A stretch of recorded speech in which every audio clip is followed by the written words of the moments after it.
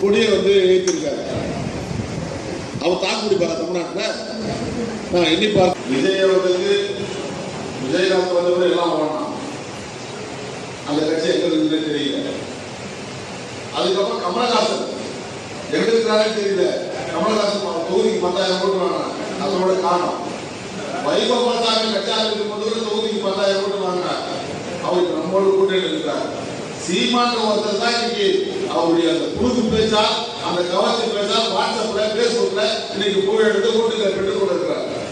அவரையும் நாம் கவனமாக கவனிக்கணும். ஏன்னாக்கா வேட்பாளர் ஓட்டு கேட்க வரதில்லை.